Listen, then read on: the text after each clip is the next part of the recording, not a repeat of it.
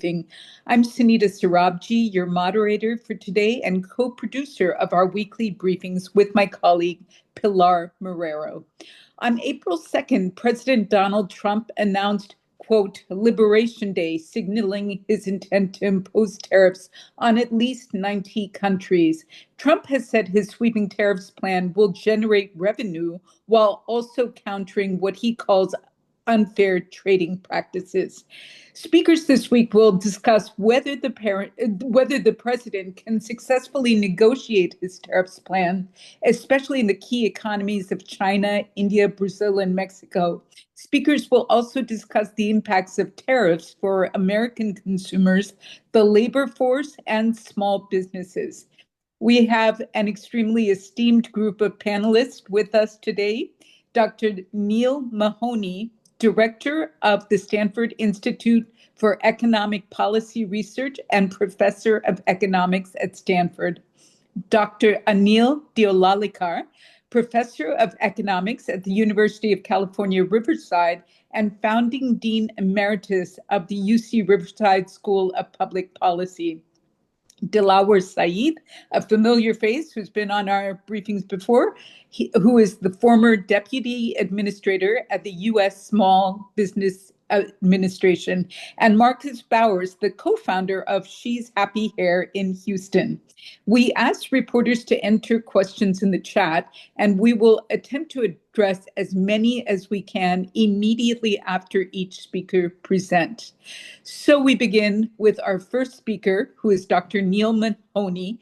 Dr. Mahoney will discuss the impact of tariffs to American consumers and the labor market. Welcome, Dr. Mahoney. Thank you for the introduction. I'm delighted to be here with all of you. So I'm going to spend a few minutes talking, like Sunita said, about the impact of tariffs for consumers and for businesses, and also the cooling of the labor market. So tariff pass-through, so the pass-through of these taxes that we charge to consumers and to domestic businesses has been slower than we expected, but we're now seeing the impacts in the hard data, and there's more in the pipeline. So, like Sunita mentioned, the timeline for tariffs has been a roller coaster. We had tariffs announced on Mexico, Canada, and China in February. We had the so-called Liberation Day tariffs that were announced and then pushed back in April. And then in July and in August as well, we've seen rolling announcements of tariffs on different countries and on different sectors of the economy. Today, tariffs are the highest they've been since the 1930s. They're roughly 10 times higher than they've been for most of my lifetime. So the initial estimates for the impacts of tariffs were based on what we saw during the first Trump administration. And like I mentioned, this time the pass-through has been slower due to a number of reasons. One is businesses tried to get ahead of the tariffs by importing things more quickly before the tariffs took effect. Second, businesses had historically high profit margins coming out of the post-pandemic period, and that gave them more room to eat the tariffs. And third, because of the uncertainty and softening labor market, we've seen weaker consumer demand, and businesses have been reluctant to pass through price increases in this environment. But like I said, recent hard data, especially over the last 2 months, show that pass-through is occurring, and it's impacting two main groups. One is businesses, and especially small businesses, that rely on imports for the inputs into their businesses. So a underreported fact is roughly half of our imports are used in the production by US firms to produce final consumer goods. And so I was on a radio call-in show yesterday where small business owners from across industries were complaining about how tariffs are creating huge issues for their supply chains. An important related point is the impacts on businesses work against Trump's priority of promoting businesses in the United States. If you are increasing their costs, for example, by imposing large tariffs on steel or on copper, you make it more difficult for businesses to operate in the United States, not less. The other impact that we're starting to see, but will get stronger over time, is the impact on consumers. Tariffs are a tax on consumer goods, and in particular for goods like clothing, electronics, coffee, furniture, toys as we head into the Christmas shopping season. We expect to see fairly large price increases. Overall, across the entire economy, the effects, I think, are meaningful, but not catastrophic. We import about 10% of what we consume. Tariffs are increasing by about 15 percentage points. So if you do the simple math, you get about a 1.5% increase in overall prices. That is not to dismiss the impacts on coffee or on toys or on small businesses that rely on these imports, but it does mean that the overall impact is not catastrophic, but it is moving prices in the wrong direction. On the labor market is cooling, but I think there is still scope to avoid a recession where there would be large, significant layoffs. The backstory here is job growth was steadily increasing until January of this year, but has been decreasing since then.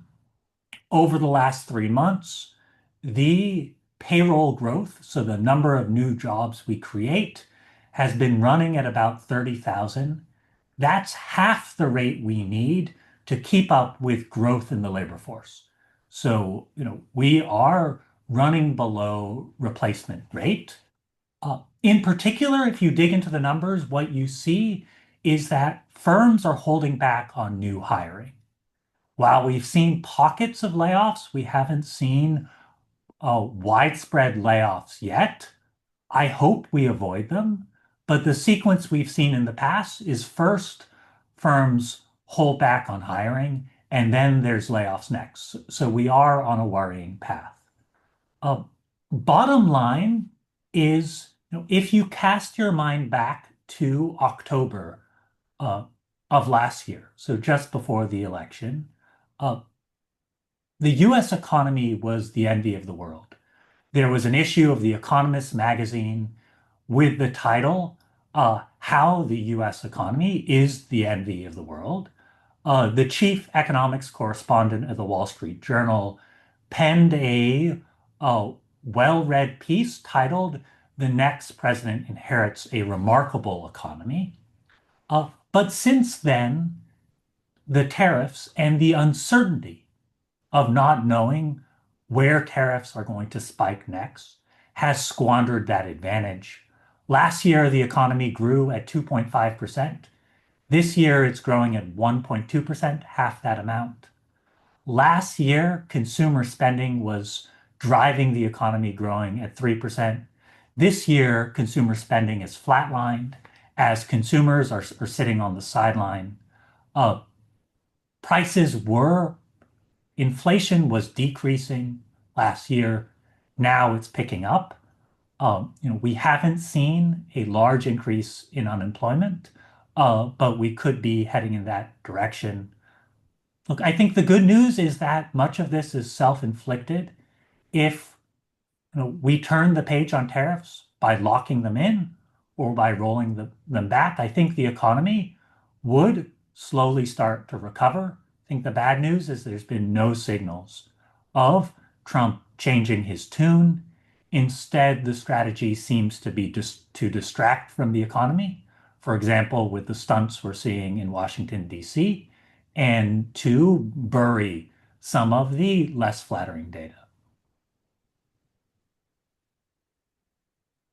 Dr. Mahoney, thank you so much for your remarks. There are a number of questions for you in the chat, but I wanted to start out with one question from myself. So the bottom of the pyramid, the working class in our country, face a double whammy at this point with federal safety social nets being cut.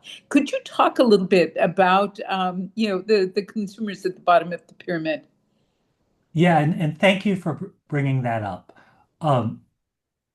The strength in the economy right now, to the extent there is the stock market, in particular, people who are invested in these magnificent seven AI focused stocks. For many other Americans, I think we're already seeing warning signs. Prices are increasing. It's harder to find jobs. And like you said, the bill that was passed this summer looks to make massive cuts in Medicaid and in food stamps. The Affordable Care Act exchanges that many small business owners and other working and middle class people rely on for coverage uh, are, I think, by all accounts, facing huge premium increases, which are going to squeeze budgets further. So this is a very difficult time. Higher prices, worse labor market prospects, and a social safety net that is being frankly shredded by the Republicans in Congress and the Trump administration. Thank you. Christopher Young of the Mississippi Link newspaper has the next question. Christopher, please ask your question.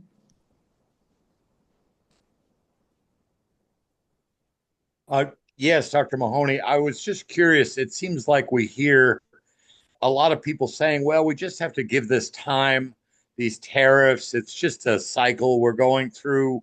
It's not that big a deal. Do you find that that's a dangerous mindset? Yes, and I think one of the reasons why is that the uncertainty is paralyzing the economy. That if you're a small business and you don't know what your costs will be for your inputs, you're going to be reluctant to hire a new worker to expand your facility. If you're a consumer and you don't know whether layoffs are coming around the corner, you're going to hold back on a vacation, on a night out, on a new car purchase. So, this environment we're in, where tariffs are on again, off again, I understand that the administration frames this as sort of the art of negotiation, but it's really freezing the economy in troubling ways. Thank you. Interesting. Araceli Martinez from La Opinión has the next question. Araceli, welcome. Hello, can you hear me, Sunita? Yes. We can. Thank you. Well, I would like to ask you, we have been listening that Trump argued that this tariff it will increase, will help the U.S. economy. But in the practice, we are seeing that every day the prices of products like avocados and others are rising. I don't see until this moment any benefit. What do you think is really behind this tariff? What Trump is trying to get? Because to the common citizen, to the ordinary citizen like us, we haven't seen any benefit until this point. Yeah, it's a great question, and I'm wise enough not to try and read Trump's mind. I will say I agree with you that the tariffs are not helping U.S. businesses, right? The half of the goods that we're tariffing are inputs that our businesses need, so we're raising those costs. If I had to guess, why Trump and the administration likes tariffs. It's because it's a form of power, that it allows them to extract concessions out of foreign governments.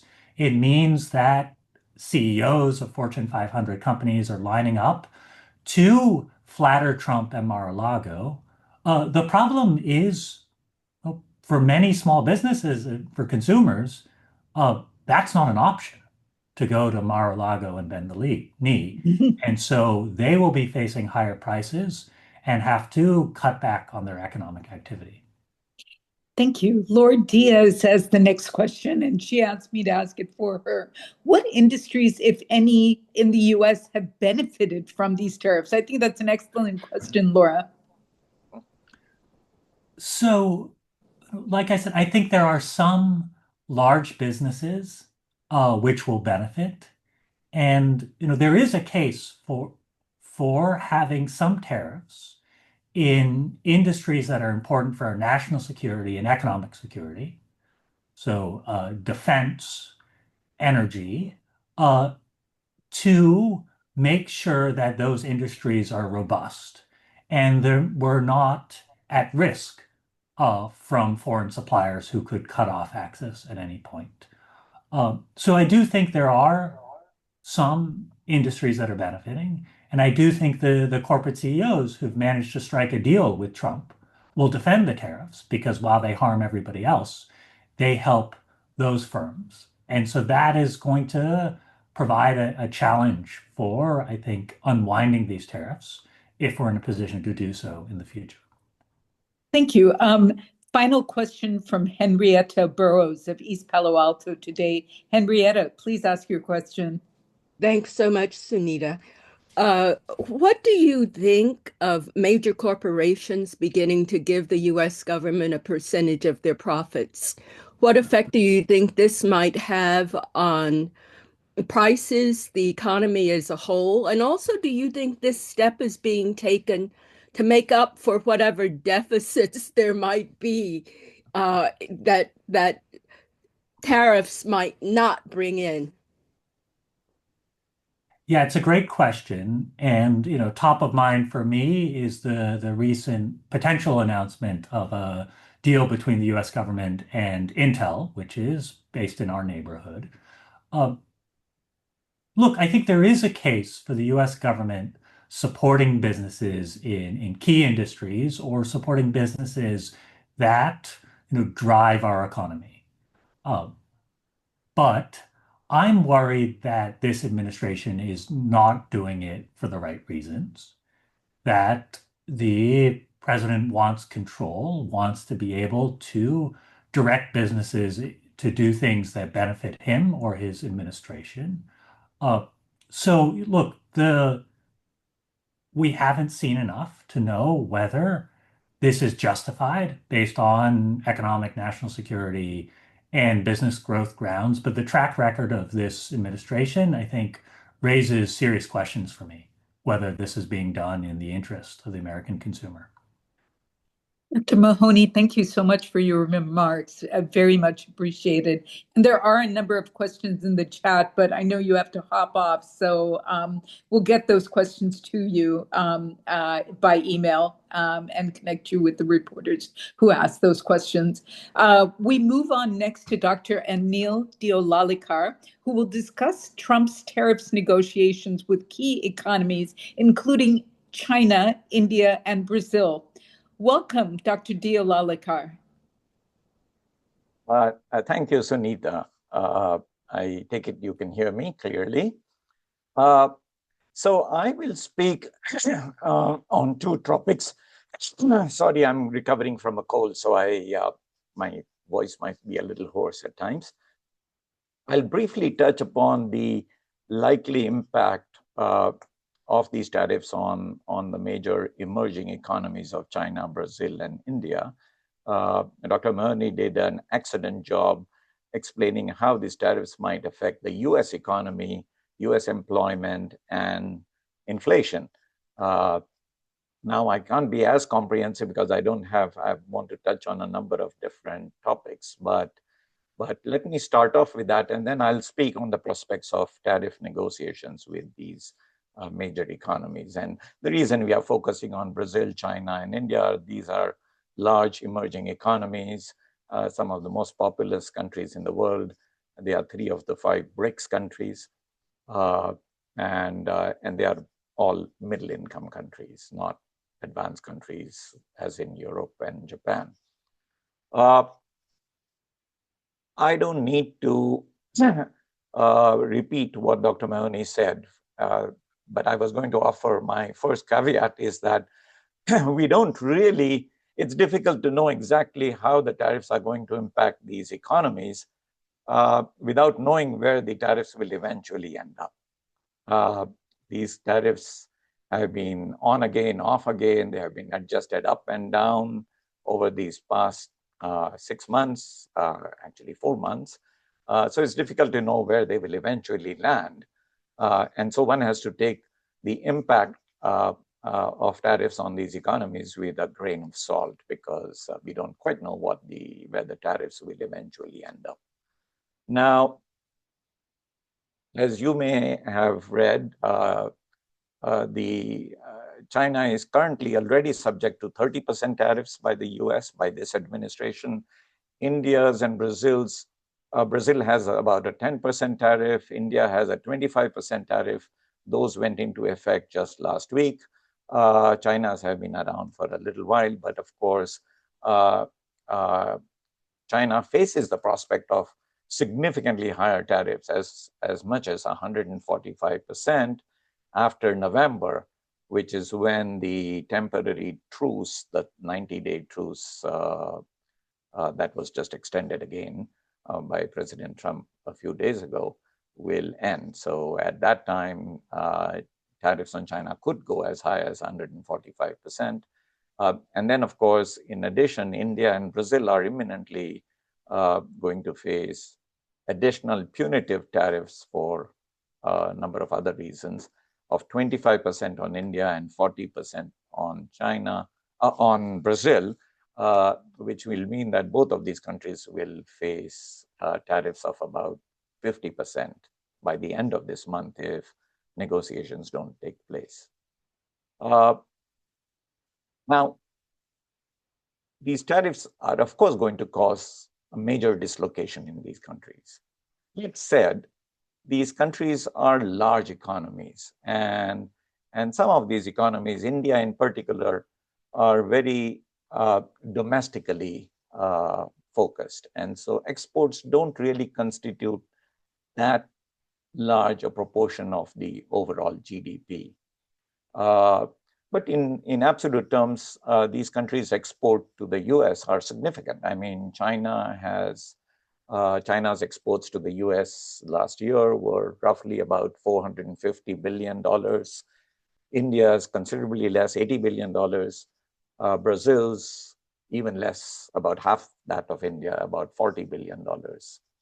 Of course, the Indian exports are somewhat misleading, because a lot of India's exports to the US, actually the largest component of Indian exports to the US, are in software and IT services. That's almost $200 billion of Indian exports in IT services and software services to the United States. But the tariffs exempt services. They are only on goods. In fact, that's an interesting conversation in and of itself. The current administration is focused too much, almost obsessed with the trade in goods. But in fact, a lot of the trade these days is actually in services, and services are completely off the table, which works out well for India.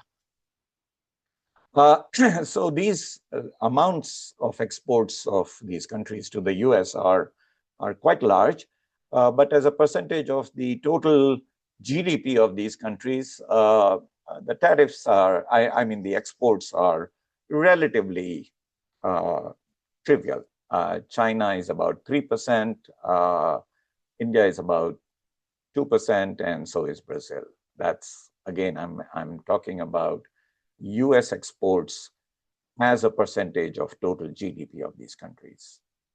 Now, again, you have to you have to take these numbers, everything, all statistics are contextual. And so you can't really take them at face value.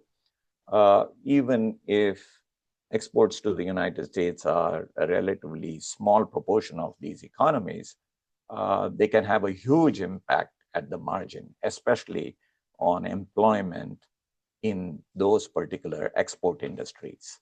So in China, for instance, 75% of all the iPhones that are produced in China, almost a third of these are exported to the US. So if eventually 100+% tariffs on iPhones takes place, that would cause significant impact on unemployment in that particular industry.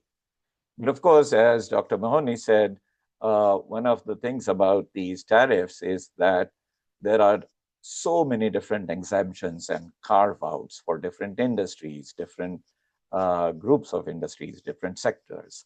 And so the latest news is that smartphones, computers, and electronic components will be exempted from the tariffs. And of course, Apple was able to get a special exemption because of their promise of a large investment in the United States. So again, everything is difficult to figure out right now. But if the 100%+ tariffs take place, do go into effect, then you can imagine a large number of export industries in China being very significantly affected. Already, Chinese economy is slowing down significantly over the last few years. They are not quite in a recession, but compared to their growth over the last 20 years, the Chinese economy has slowed down a lot. Unemployment has been going up. In fact, there are rumors of widespread unemployment, especially of youth. Maybe the youth unemployment rate might be as high as 25%. We can't be sure because China stopped publishing those statistics. Dr. Dialalekar, I hate to interrupt, but we've got a number of questions for you in the chat. And given the timeline, could we go to some of those questions before we end your portion of the discussion? Okay, let me just quickly go to my bottom line. Okay. And that is what is the likelihood of tariff negotiations for these countries? And I would say that both US and China are extremely likely to negotiate a truce on these tariffs, because for both of them, these economies are highly intertwined and interdependent. The impact of very high tariffs on both of these economies will be catastrophic. And so there is a strong need for both of these countries to come to an understanding quickly. So the likelihood of that happening is very high. With India, it is a little bit less so, not because India is less dependent on exports to the US, not as much as China is, but also what the US administration is demanding of India is a little different. They want India to stop purchasing Russian oil. That's the 25% punitive tariff on India for. And that's going to be a little difficult for India to agree to. And so if the US continues to insist on that condition, I think the prospect of negotiations are going to be somewhat lower. And then Brazil, finally, I think the prospect of Brazil trying to negotiate a truce on tariffs with the United States is probably even lower, because the US is not Brazil's largest trading partner. China is. And it is very likely that China will do all it can to bail out Brazil and encourage Brazil to further pivot away from trade dependence on the US and by increasing trade with China. So I'm sorry I got a little bit off track, but no, not at all. That's where this is such a vast topic that I could have gone on, but I realized that there are questions, and I'll be very happy to answer them. Yes, let's take the first one from Nestor Fantini, who goes on your discussion on Brazil. Nestor, please ask your question.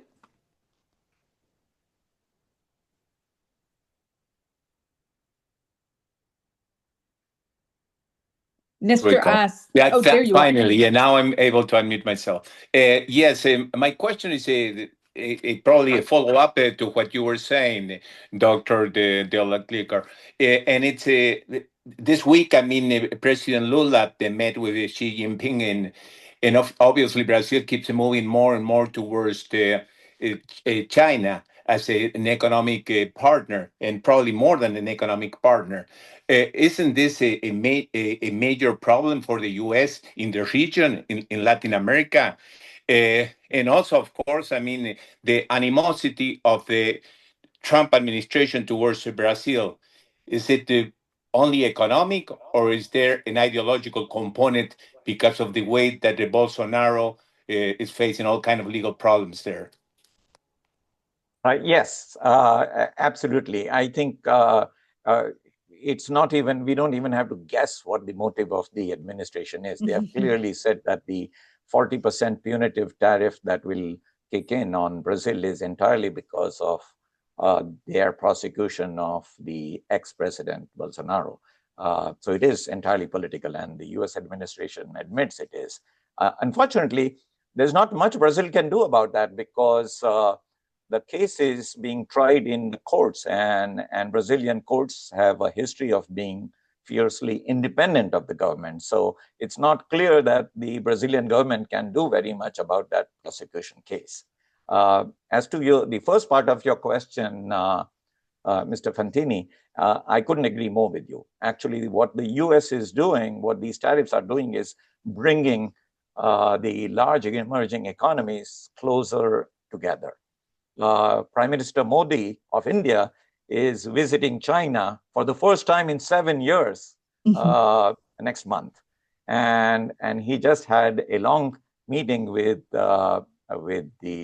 President Lula, and so I think we are going to see all of these countries, the BRICS countries, come even closer together, which is against the long-term interests of the United States.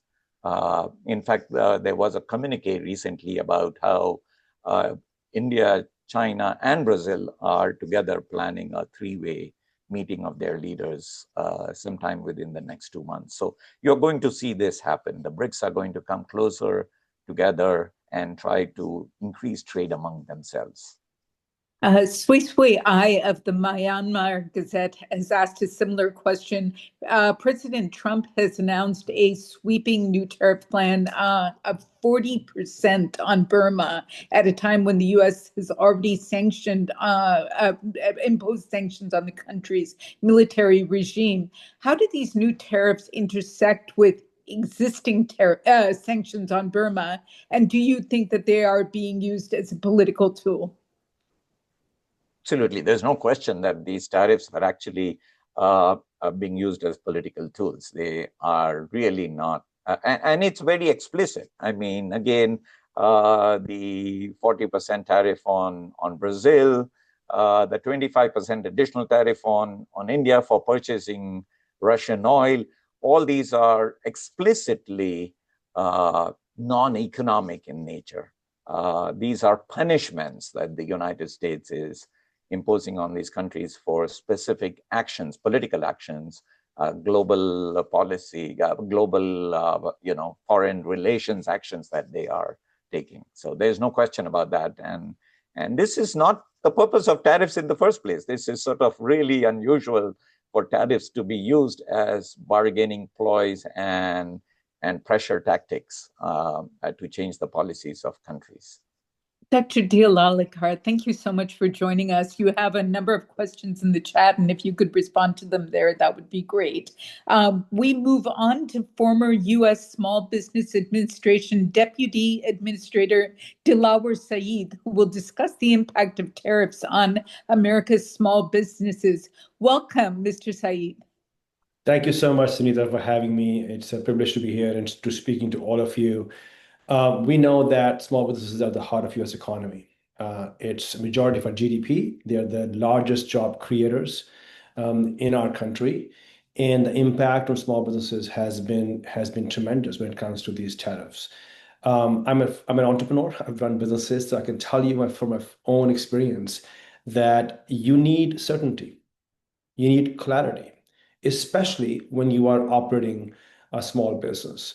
What we have seen with these tariffs, and you've seen and you've heard from my colleagues on this call, the up and down, I don't think anybody can track where these tariffs are. And most small businesses don't have the resources to be able to stay on top of this very abrupt and drastic policy changes. So they clearly have an impact in your ability to plan. They add, one thing that we often don't talk about is they add paperwork. Imagine being a small business and now you have to fill these forms with details about what part of your production is covered by which imported good. You have to hire people. A lot of times we know small businesses, and we have a terrific small business owner on the call today. You're running the business. You're also the customer service officer. The last thing you need is to add more paperwork. And of course, the financial burden that adds, we will talk about that. These stats you heard before, but let me emphasize this. 97% of all importers in the United States are small businesses. 2/3 of small businesses export. So tariffs is a small business problem. We often talk about big companies, and as we heard earlier, these tactics have been used to negotiate terms with big companies. But the impact on small businesses, quite frankly, does not get enough attention, even though the numbers suggest that's where the biggest impact is. And of course, half of the all imported goods are used in the production. So whether you're importing avocados, you're importing, I was reading a report yesterday about beef getting 12% more expensive, or you're importing tomatoes from, I'm right now in Austin, Texas, south of the border. Those costs are rising up. There might be a shortage of tomatoes in the coming months. All of that adds to your production. This is not just about restaurants. I'm even talking about a garment factory that might be importing fabric from China or Thailand. That's becoming more expensive. And so that's what the impact is. And I think it's ability to plan a business, ability to even adjust your pricing, and of course adding a new cost of running a business. I recently met a Latina business owner. She runs an ethnic food store, and she told me that she got a bill from Customer Border Patrol, CBP. That's the new agency small business owners are getting to know now. That sent her a bill for $19,500.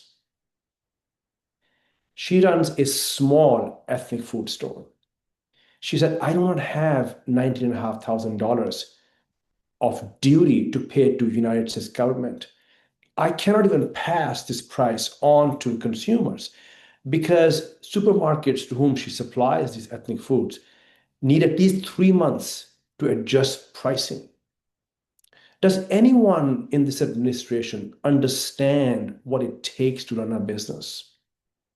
Do they understand what does it mean operationally to adjust pricing, even if you want to? And in some cases, people are price elastic. She may not be able to pass this pricing on as well. So what's the consequence? She's going to have to lay off workers, or she's going to have to shut down. And that's what we are seeing come out in data as we move forward. I was looking at the small business sentiment numbers. As you may know, I helped run the SBA. So we are very data-driven when I was in the administration. And the National Small Business Association, it's a nonpartisan organization, publishes reports. And I'll encourage you to take a look at their latest report that was published in May of this year, so about 2 months ago. And they surveyed 650 small businesses across the entire country, across every segment of the economy. Small business sentiment is at its lowest in 15 years. And those 15 years include a global pandemic that ravaged our economy. It includes the Great Recession of 2008, 2009. So even with those two mega events, which shook our economy, and especially the main streets, the small business sentiment is at its lowest in these decade and a half. Second thing that jumped out at me, 58% of small business owners said they are worse off today than they were a year ago. This is the president who ran on economy. This is the president who claims to be a successful business person. And 58% of small business owners who are the engine of economy are telling us just barely 6 months into his administration that they are worse off economically. So these policies, these tariffs are hugely injurious, not only to the small business owners, but also to, frankly, job creation prospects. Unfortunately, we're going to see some of these numbers show up, not just in rising inflation, but also in employment figures.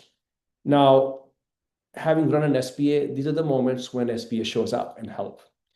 So how is this administration responding? They responded not by increasing support of small business owners who are impacted, not by creating more resources to help them with their financing when the rising cost of input is happening or there's additional taxes they have to pay with these duties. They responded by shutting down SBA offices. Across our country, some of the largest SBA offices, from Atlanta to Los Angeles to San Francisco to New Orleans, New York City, have been shut down in the name of, because they're so-called sanctuary cities, or they are focused on inclusion as an initiative to invest in minority entrepreneurs. So that's not what you would expect. 43% of SBA workforce has been laid off, summarily dismissed as part of reckless, thoughtless efforts as part of DOGE.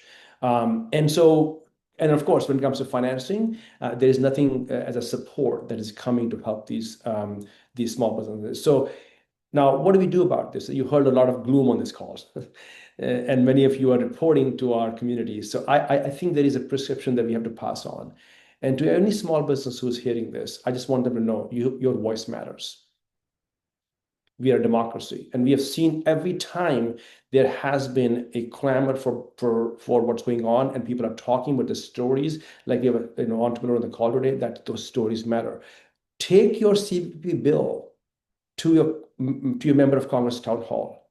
Mail copy of that bill to members of Congress. Email them to the White House. Let them know these are taxes that you're imposing on my business, and I'm on the verge of shutting down. I unfortunately do not think these stories are being followed enough for folks to understand how significant this impact is on small businesses. So again, thank you for having me, and looking forward to your questions. There are a fair number of questions for you, Dilawar. The first question comes from Minzy Zhu. Minzy, please ask your question.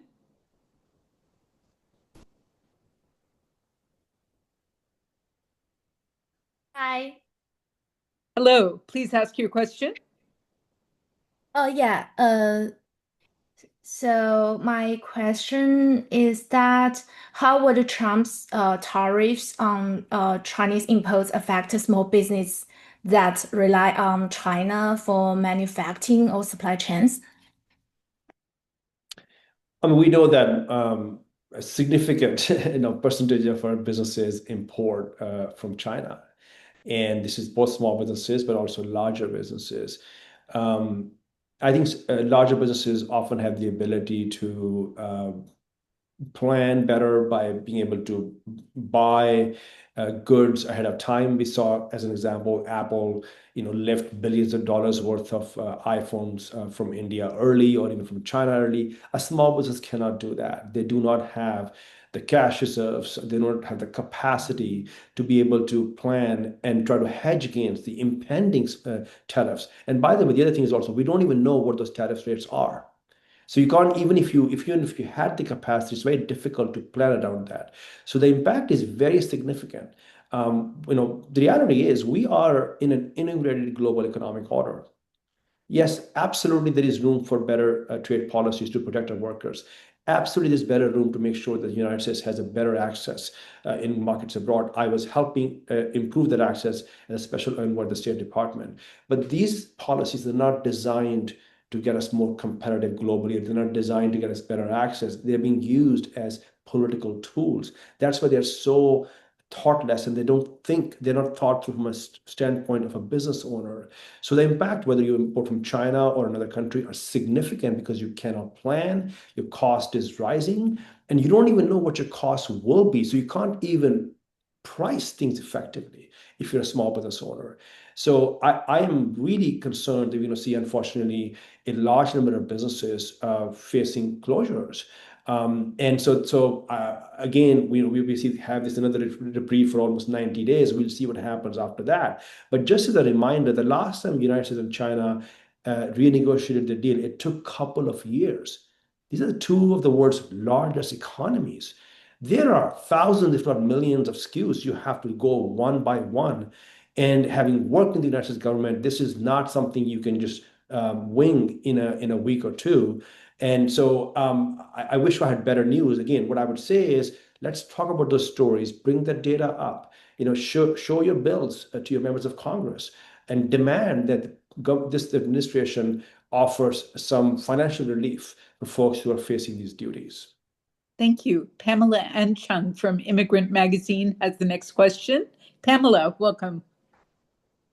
Yeah, thank you so much for having me. My question is about immigrant businesses.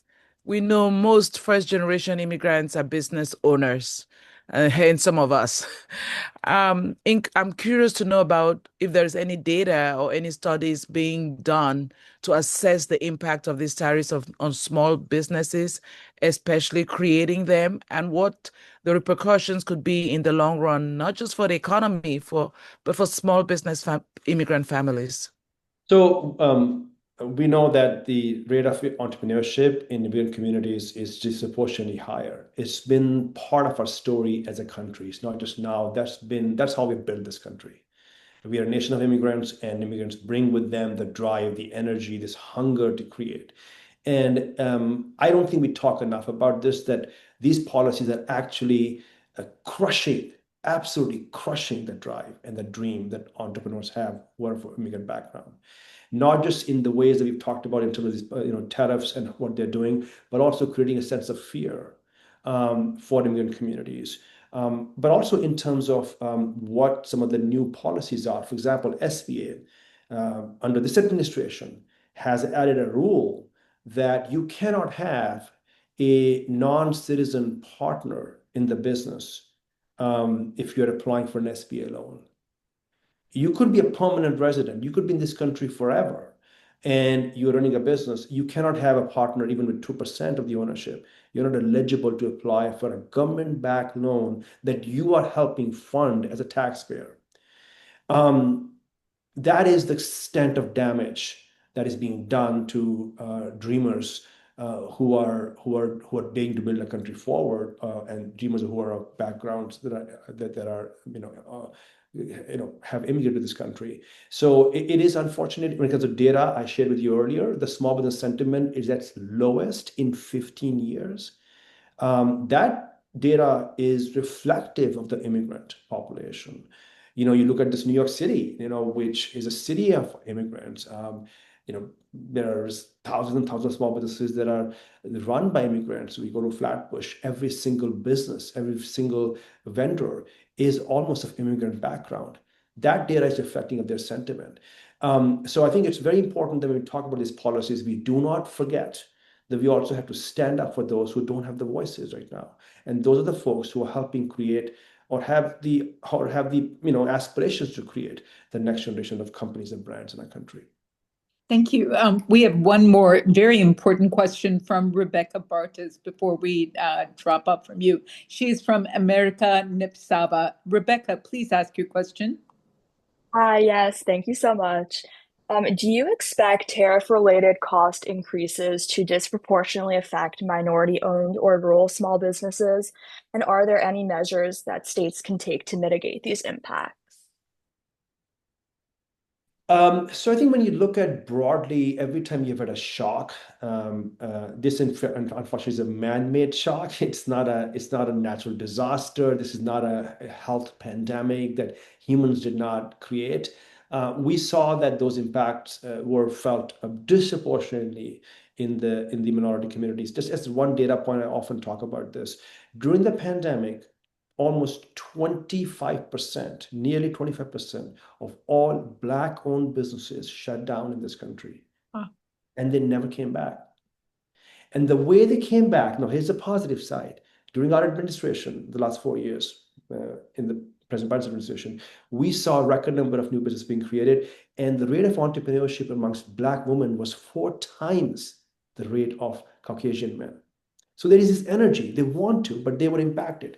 So same thing story we see with natural disasters. So when you look at the impact of tariffs, because there's a capacity issue, because they're already underserved or under-resourced, you will see the impact significantly higher than you will see in other communities. And unfortunately, you would expect that the government shows up at the door to help you, but in those cities which are disproportionately minority, for example, New York City or Los Angeles, or San Francisco or Atlanta or Chicago, they're shutting down SBA offices. So I wish I had better news for you that the federal government is coming to help us with those entrepreneurs. Unfortunately, that is not the case. But what do we do? I think what I would offer is there is still an opportunity at the local level, at the state level. I talk to local mayors and governors, and many of them are ready to come up with ways that they can provide mentorship, perhaps small grants to help cushion the financial shock they're experiencing. That may not be enough for a business, but also the community, the advocacy community, nonprofits, ethnic chambers. So I do think we need to build that muscle right now, given the federal government, unfortunately, is not going to be, at least in the near term, of any support to our minority-owned businesses. Mr. Said, thank you so much for your remarks and for your responses to questions. Reporters, we're running about 8 minutes behind schedule, but we hope you'll stick on for our storyteller, Marcus Bowers, who is the co-founder of She's Happy Hair, a small business based in Houston, Texas. Marcus, welcome. Hi, how you guys doing? Glad to be here. Yeah. So please tell us a little bit about She's Happy Hair. Start out there. You mentioned when we pre-briefed that, where you get your hair from. Could you talk a little bit about, visiting India and China, and then finally conclude with the impact of these tariffs to your small business? Yeah, so, I like to tell people that I'm a globalpreneur, not an entrepreneur. So I do globalpreneur, entrepreneurial things all over the globe and not just in the city and state that I'm in. So way back in 2012, over a decade ago, we jumped into the beauty supply industry, the hair industry, when there wasn't an industry, and we created one. So when we jumped in, people were just ordering hair online. The beauty supply stores that were open, they weren't considered hair stores. You actually went to those stores for all type of products, not just for hair. And so what we did was we closed that gap. Instead of having customers order online, we started making it convenient for people to come in, started meeting people in parking lots, built enough revenue to where we could open up a brick and mortar location. We went from marketing the product to marketing the product, the service, the operations, the expectations, and customers started flocking. We started marketing on TV and radio and social media when there was no digital footprint when it comes to hair. I remember we started on Craigslist and the green sheet. So we started, way back when. And so fast forward to now, the industry that you see as far as hair was created by Team She's Happy Hair. So we were the first company to do Black Friday sales when it comes to beauty supply or the hair industry, back to school sales, Black Friday, Cyber Monday, all of those prom and graduation. So now you see the industry forecast in this particular sales cycle was created by me and my team. We finance hair extensions. We do quite a bit. And so when we created the industry, other people started jumping in, seeing what we were doing, and started mimicking and copying us, right? When you see something working for one business or brand, it's up to you to do what that business or brand is doing. And so we were able to corner the market with just $75 bundles. So a lot of people was already selling hair extensions at that time for like $180 a piece. but we didn't have crazy margins. We were more about volume and customers coming in. So once the customers started coming in and that $75 bundle price, we created what you call a happy kit, similar to McDonald's and a Happy Meal. So we want to tell the customers what they wanted instead of them coming in trying to figure out what they wanted. And that helped. So we started selling certain lengths, 18, 20, and 22 inches, which is the ideal length for all beauty supply and all hair connoisseurs. It's not too long, it's not too short. And once we started ordering more of that, as far as the meat and potatoes, our suppliers took a look at that and then increased those specific links over time. So when you talk about tariffs, we also got to deal with the suppliers actually, increasing sales overnight just because they see us or just because they want to. Then you got to deal with Donald Trump and his tariffs increasing just because, so it's a lot when it comes to the industry, but because we've been in it for so long, it's been a nice everything. So when it comes to the tariffs, well, before I get to the tariffs, we actually traveled around the world. That's what separates our brand from everybody else's brand. Myself, we've been in Malaysia, China, Indonesia, Brazil, all over the world, literally different continents.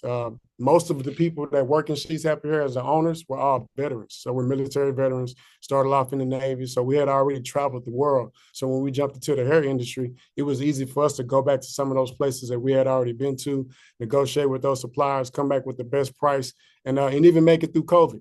We have those real supplier relationships all over the world. Again, China, India, Brazil. The raw material, when it comes to our industry, it all comes from, most of it comes from India. So when you think about raw material, you go to India, you got the temples, people getting their hair cut off.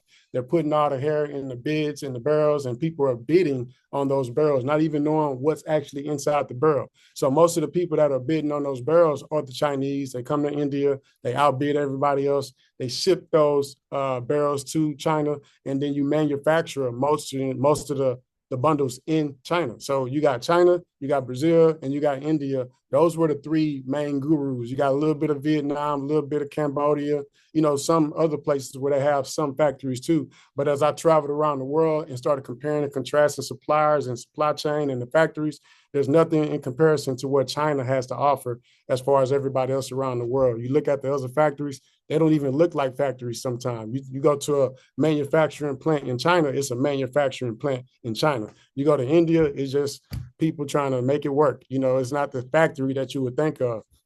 But they're pushing out some of the supplies, some of the goods just as fast, but not as fast. So when you think about my particular industry, I don't see anything happening domestically as far as hair because the raw material starts in India, where the tariffs are pretty crazy right now.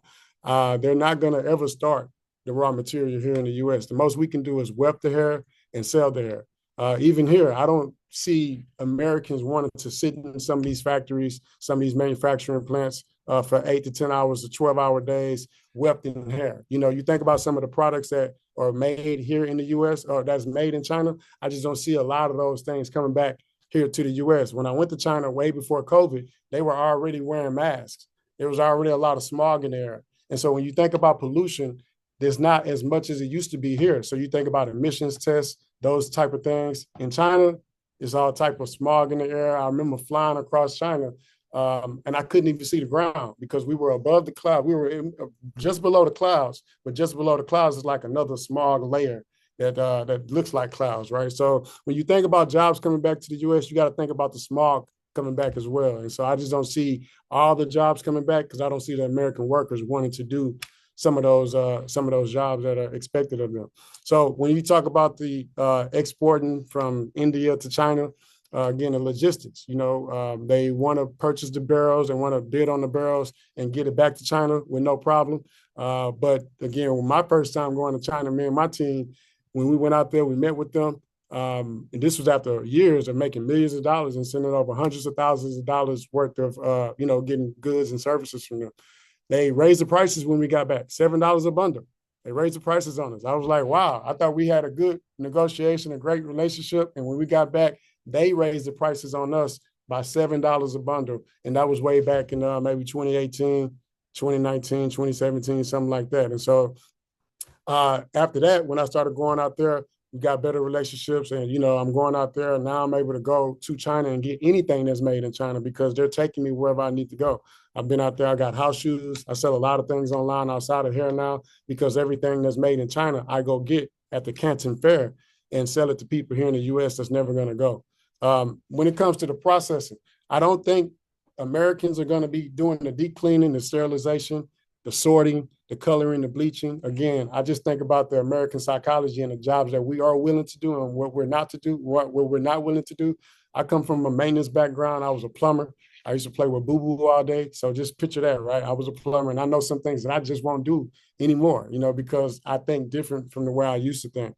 I do think the packaging, the branding, and again, maybe some of the wefting, some of the closure creations, some of the frontal creations will and can come here where we can kind of do the finished product here and maybe cut down on some of the tariff costs. But right now, we are taking the time out to order more from China and less from India, or more from Malaysia and less from Brazil, because Brazil, India, and any of those BRICS countries are they in for a loop. I don't think Trump's playing with them right now, so we want to stay away from just ordering from them. So we diversify our entire supply chain. So again, that's how we made it through COVID. They said that we wasn't essential, but our customers said that we were. During COVID, everybody wanted to look their best because they were going live. Even though they weren't going to work, they were online. They wanted to look as good as they wanted to look. And so we started financing hair. That's a big piece of when it comes to the tariffs, right? We started financing hair. So to combat the tariffs, of course, we had to raise our prices like everybody else did. It took us a while to raise our prices, but also with the price increase, you need to throw in more sales cycles. So if you increase your prices and you want to throw it back to the customers, then you got to give them some type of whiffle, what I call a what's in it for me. So that's where the flash sales come in and those spontaneous sales come in throughout the year to get those customers that don't have that income to purchase your product because the prices increase. You want to give them that leeway to come in and spend, because once they spend with you the first time, they should be able to spend with you again and again because of digital communications and things like that. So go ahead. Mr. Bowers, we have a bunch of questions for you. Are you ready for some questions? Yes, I do want to say this real quick. Sure. We went from just $75 a bundle to $110 a bundle just overnight. And so right now, some hair extensions installations would be like maybe $1,100. Now they're upwards to like $1,500. So you can just think about how the tariffs are increasing overnight. So I want to share that.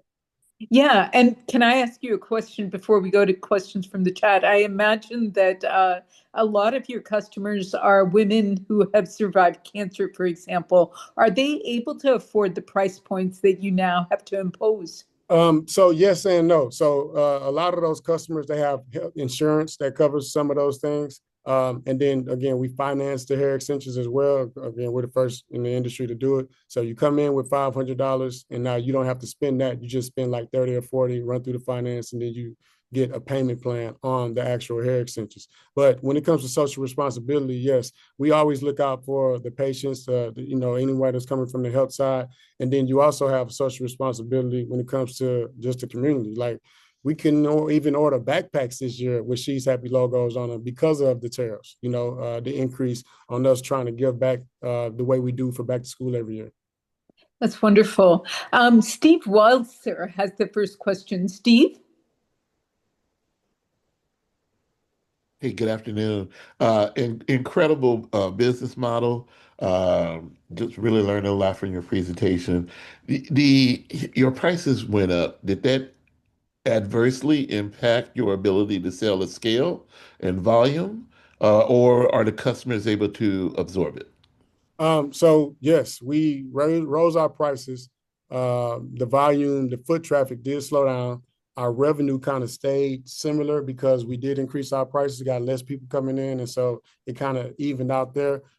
We definitely need more foot traffic coming in, and the customers are coming in less. So once a customer may come in 2-3 months at a time, they may extend that to like 4 to 5 months instead. Or when it comes to installations, customers are purchasing the hair, getting the hair put in, and instead of getting it reinstalled, they're just taking the time out and keeping what they already have. So that's definitely how we're dealing with it. So you got to spend more money on marketing just to even make up for that lost volume. Yes, more money on marketing as far as SEO. Facebook ads, Google ads, that type of thing. We spend about $25,000 a month on each platform, Facebook and Google, just to be seen. And then you also want to send more emails and text messages because that's your data. You're in charge of that. And you just want to communicate what you're doing, what you're selling, and just stay top of mind, stay in the inbox. If you're not pressing send, you can't win. Gotcha. Henrietta Burrows from East Palo Alto today has the next question. Henrietta. Thanks, Sunita. Marcus, what about automation? You said workers aren't going to want to do the actual day-to-day, minute work. So what about automation and AI? Could all of this be used?